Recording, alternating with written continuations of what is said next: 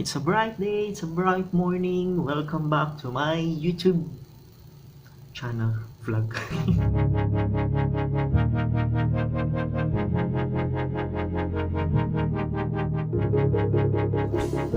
So yan, magandang araw sa inyong lahat, and what are going to have today, pangit ng buhok ko. So katatapos ko lang mag-shower. So disaster. So what is our topic for today is that magkakaroon tayo ng semi product review, at the same time these are the tips on how to manage your thinning hair like me. Kasi ako, when I was still a child, ang kapal pa ng buhok ko, so usually nakapusod pa ako nun, mahaba ang buhok ko nun, and yung tatay ko lagi yung pinupusod. So minsan nga napagkamalan pa akong Japanese nung bata ako. Anyway, I will tackle some things about the thinning hair, how to manage, and what are the tips how to prevent it. Although ako hindi ko na mape-prevent yan dahil nangyari na sa akin, no? So let's dive into the video. Alam niyo ba guys na alam niyo ba guys na almost 75 to 100 strands of hair ang nawawala sa atin kada araw, and in fact sa panahon ngayon, particularly from the year 2018 to 2020, ito ay mas tumaas dahil sa taas ng stressors na napapansin at other reasons ng mga health ng mga tao. At ang hair cycles ay tumatagal ng almost 2 to 6 years, and itong buhok natin ay meron lang siyang span para tumubo sa scalp ng 12 weeks. So in 12 weeks, tsaka pa lang siya nag-grow. So imagine niyo kung gaano katagal bago tumubo ang isang full-grown hair. Ang problema sa mga lalaki ay ang male pattern baldness or yung U-shape na pagkakalbo or starting sa thinning hair. I plan to have this kind of video kasi sa panahon ngayon napakadami mga body shaming na mga trolls or feedbacks na mababasa mo sa ating social media, and for this time it's a matter of acceptance what is happening to us, and at the same time is looking for other solutions na pwede natin magawa to make this problem solved. So on this video I'll tackle everything. So, not everything, at least a touch of those things na pwede natin gawin para magkaroon tayo ng idea kung bakit nga ba nagkakaroon ng pattern baldness, and how to make a solution na hindi pa tayo gumagamit ng mga what we call this, ng mga ng mga medication, or wala pa tayong chance para mag-visit sa ating mga doctors since today is on quarantine period. So let's start now, and I will show you on how I make my hair manage for this time, since I'm having a thinning hair now. Hello, so I'll just explain what are the alopecia is, or ang pagkakalbo. I'm not a doctor, but I am just having my a bit of reading lang for this part. So what is alopecia? Alopecia is a hair loss from head to toe. So there are different factors that we can consider that when a patient or a person is having a alopecia. So androgenic alopecia is a male pattern baldness, or this is the usual nakita. This is the usual things that we can find sa public na yun nga yung mga U-shape. So dito, so nag-start siya sa frontal going up. So meron din naman yung from crown, nagka-crown siya doon sa alam niyo parang prile. And then for the alopecia areata, this is a kind of a condition na nakakalbo dahil nagkakaroon ng problem sa hair follicles, na disturb yung hair growth, but this is due to either autoimmune disturbances such as for the condition of thyroid diseases, vitiligo, and lupus, and some other autoimmune conditions. So this is possibly hereditary, or genes. Another one is the traction alopecia.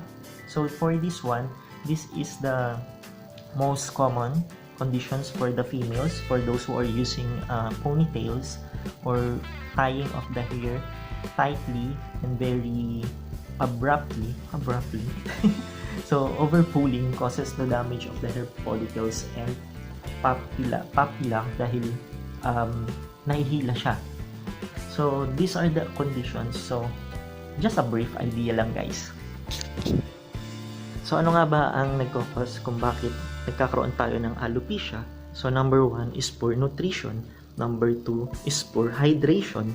Number 3 is due to conditions or imbalances sa ating genes or ating body disturbances. And number 4 is due to stress.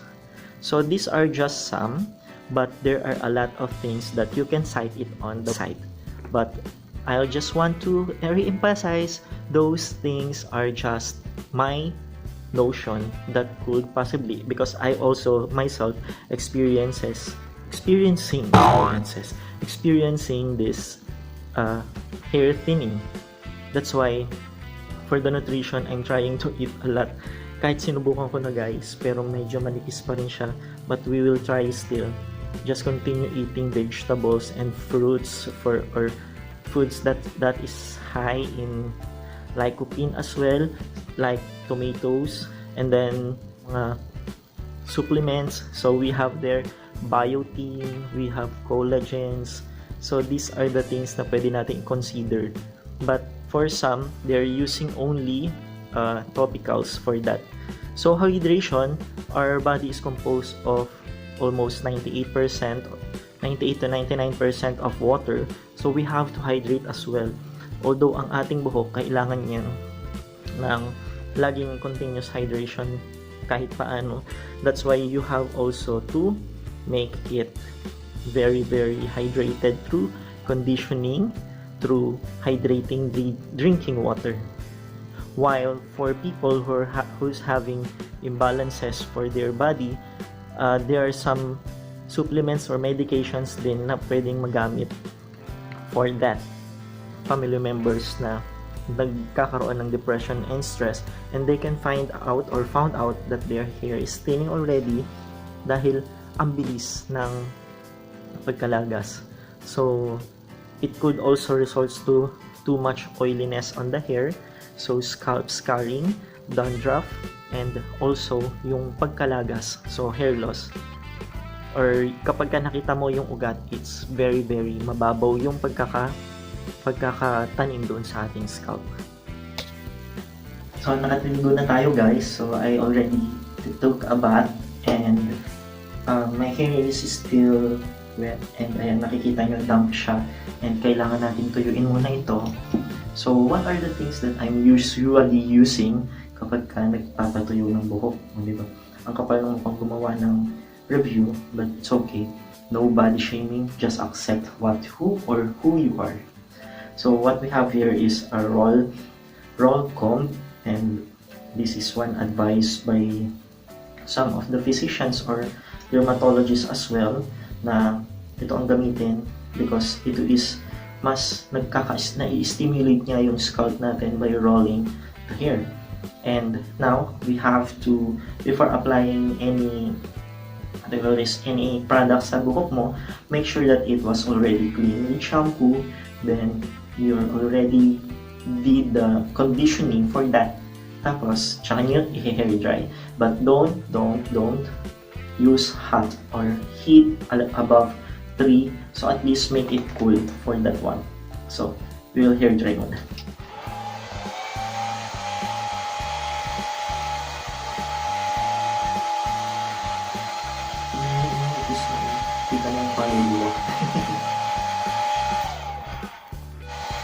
Pwede namang suklayin, pwede namang i-bulsay nyo lang or i-relax to your hands. Nakatuyo na tayo ng buhok, guys. So, ito yung itsura ko. So, ayun, makikita nyo, manipis talaga yung buhok ko. And I'm just trying to make it manage through some products na okay, I'm not a doctor to advise to you, but these are just the products na nag-work sa akin kahit paano. So, number one, for applying any products, don't use any products na sobrang bigat sa buhok. So, yung mga oil-based na magpapadapa ng buhok natin is medyo bawasan ng kaunti. Huwag sobrang gumamit. Okay lang naman gumamit, but as long as in a manageable way. So, this is one of my things na ginagamit na sa pag-ayos ng buhok. So, this is a round comb na I bought it in the Miniso in the Philippines. So, ito yung isang ginagamit ko. There are a lot of a lot of combs, but itong suklay na ganito is very advisable lalo na sa mga teenager dahil mas madali mo siyang maayos yung buhok mo. So for the products, initially I spray this one and the Trigger Happy Texturized Salt Spray. This is by Johnson, ano na to, ayaw niya mag-focus. Johnson Chop Shop. Yan. And this is, I bought this one through online. So, sa Amazon available to. You can try it to purchase this one. Okay siya. Maganda rin dahil talagang nag-a-add up siya ng volume sa buhok mo. So, sinusubukan niyang hindi siya i-dry lang. So, hindi lang naman ito sa pang hairstyling. Advisable din ito kapag ka nagbi-beach ka. Dahil pag ahon mo, di ba, malagkit yung buhok kung galing ka ng dagat. Talaga namang mag-volume yung buhok mo. Para siyang, para kang magmumukhang surfer na natuyo sa hangin. That's it. So, we will just use this one by spraying at least once or twice lang.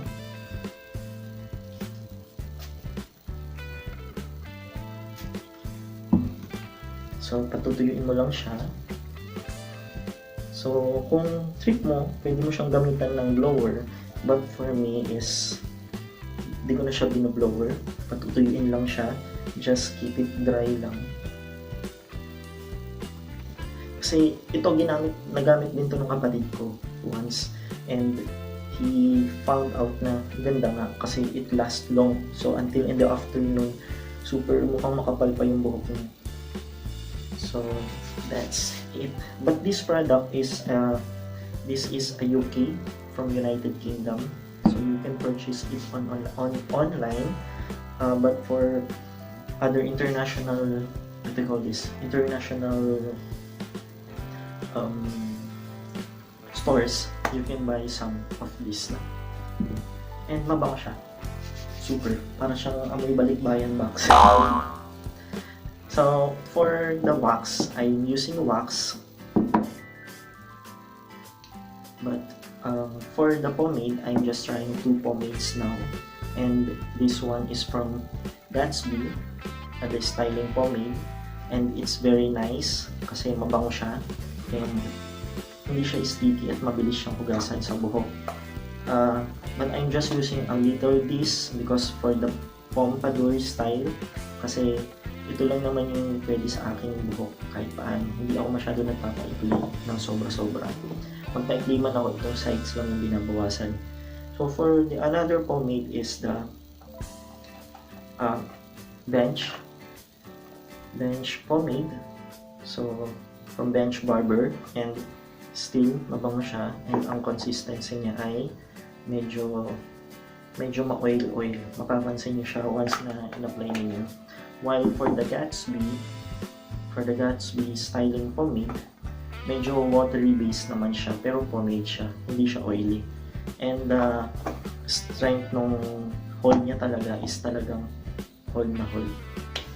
While for the grunge, parang pag naman sa dry style na tip ko, pagka yung mukhang natural looking lang bagong gising. So this is the one I'm using para mag-hold lang siya. So this is the Fix Grunge Up Professional by the Bench.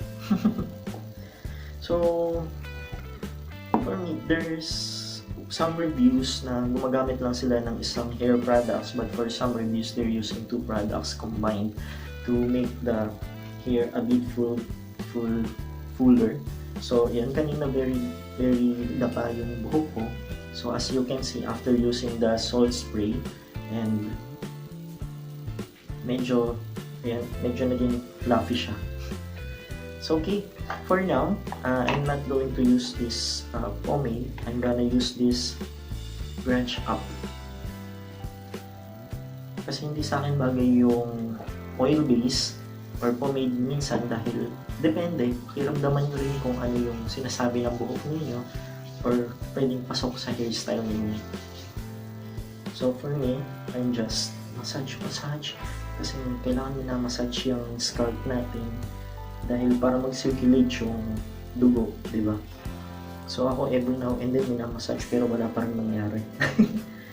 So that's it. Yun lang, ganun lang din, kamay-kamay lang ako.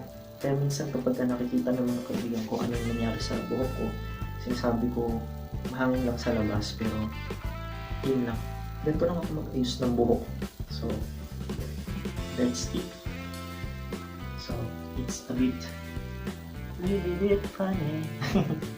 So yun. So this is my review, and itong branch up kasi is matte holding siya.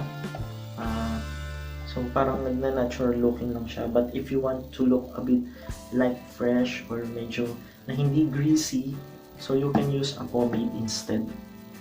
But kung ikaw yung okay ka na doon sa medyo flowy, but still we're talking about a thinning hair, you can use this Johnny Chop